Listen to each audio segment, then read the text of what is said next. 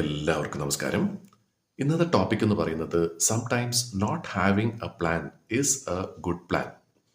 ഇവിടെ പറയാൻ ഉദ്ദേശിക്കുന്നത് വേറൊന്നുമല്ല. നമുക്കൊക്കെ നല്ലപോലെ അറിയുന്ന ഒരു കാര്യമാണ്.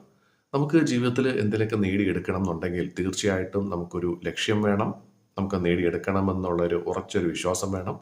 പിന്നെ അതിലേക്ക് എത്താനായിട്ട്, ആ ലക്ഷ്യസ്ഥാനത്തേക്ക് എത്താനായിട്ട് നമുക്കൊരു പ്ലാൻ വേണം. ഓരോ ദിവസവും അല്ലെങ്കിൽ ഓരോ നിമിഷവും ഞാൻ എന്തൊക്കെ ചെയ്താൽ ആ ലക്ഷ്യസ്ഥാനത്തേക്ക് എത്താൻ പറ്റും എന്നുള്ളതിനെക്കുറിച്ച് നമുക്കൊരു ധാരണ വേണം. ഇതിന് യാതൊരു തർക്കവുമില്ല.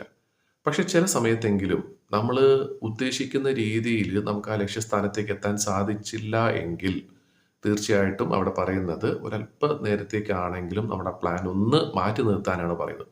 അപ്പോൾ പ്ലാൻ മാറ്റി നിർത്തുക എന്ന് പറയുമ്പോഴത്തേക്കും നമ്മൾ ആ ലക്ഷ്യം വേണ്ടെന്ന് വെക്കുകയോ അല്ലെങ്കിൽ മടി പിടിച്ചിരിക്കുകയോ അല്ല ചെയ്യേണ്ടത് എന്ന് പ്രത്യേകം ചാണക്യൻ പറയുന്നുണ്ട്.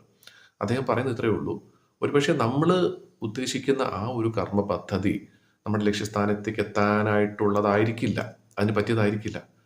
അങ്ങനെയാണെങ്കിൽ നമ്മൾ ഒന്ന് ഒരല്പം ഫ്ലെക്സിബിൾ ആവുകയാണെങ്കിൽ ഈ പ്രപഞ്ചം തന്നെ ചിലപ്പോൾ നമുക്ക് ഒരു വഴി കാണിച്ചു തന്നെന്ന് വരാം. കാരണം നമുക്ക് എല്ലാവർക്കും അറിയാം, ഒരു മനുഷ്യനെക്കാളും എന്തുകൊണ്ടും ഒരുപാട് അറിവും ഒരുപാട് കഴിവുള്ള ഒരു സംഭവമാണ് പ്രപഞ്ചം എന്ന് പറയുന്നത്. അപ്പം നമ്മുടെ ചെറിയ ബുദ്ധി കൊണ്ട് നമുക്ക് തോന്നുന്ന കാര്യം ഒരു പക്ഷെ തെറ്റാണെങ്കിൽ ആ തെറ്റ് അംഗീകരിച്ച് നമുക്ക് കാണിച്ചു തരുന്ന പ്രപഞ്ചം തന്നെ നമുക്ക് കാണിച്ചു തരുന്ന വഴിയിലൂടെ പോയി കഴിഞ്ഞാൽ ഒരുപക്ഷെ ആ ലക്ഷ്യസ്ഥാനത്തേക്ക് നമുക്കൊന്നുകൂടെ എളുപ്പത്തിൽ എത്താനായിട്ട് സാധിച്ചെന്ന് വരും.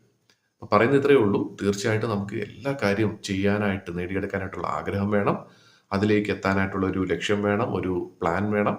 പക്ഷെ നമ്മുടെ പ്ലാൻ നടപടിയാവുന്നില്ല എന്നുണ്ടെങ്കിൽ തീർച്ചയായിട്ടും ഒന്ന് ഫ്ലെക്സിബിൾ ആക്കി കഴിഞ്ഞില്ല, ഒന്ന് ഒരല്പം എന്താ പറയുന്നത്, ഉറച്ച ആ ഒരു തീരുമാനത്തിൽ നിന്ന് ഒരല്പം ഒന്ന് മാറിക്കഴിഞ്ഞാൽ ചിലപ്പോൾ നമുക്ക് മറ്റൊരു നല്ലൊരു വഴി ഈ ലോകം തന്നെ നമുക്ക് കാണിച്ചു തന്നു വരാം. അപ്പം അത് മനസ്സിലാക്കണം എന്നുണ്ടെങ്കിൽ തീർച്ചയായിട്ടും നമ്മുടെ ആ ഒരു കർമ്മ പദ്ധതി നമ്മുടെ മനസ്സിൽ നിന്നും തൽക്കാലം ഒന്ന് മാറ്റി നിർത്തിയാലേ മറ്റു വഴികൾ നമ്മുടെ മുന്നിൽ തെളിയുന്നത് നമുക്ക് കാണാനായിട്ട് സാധിക്കുള്ളൂ.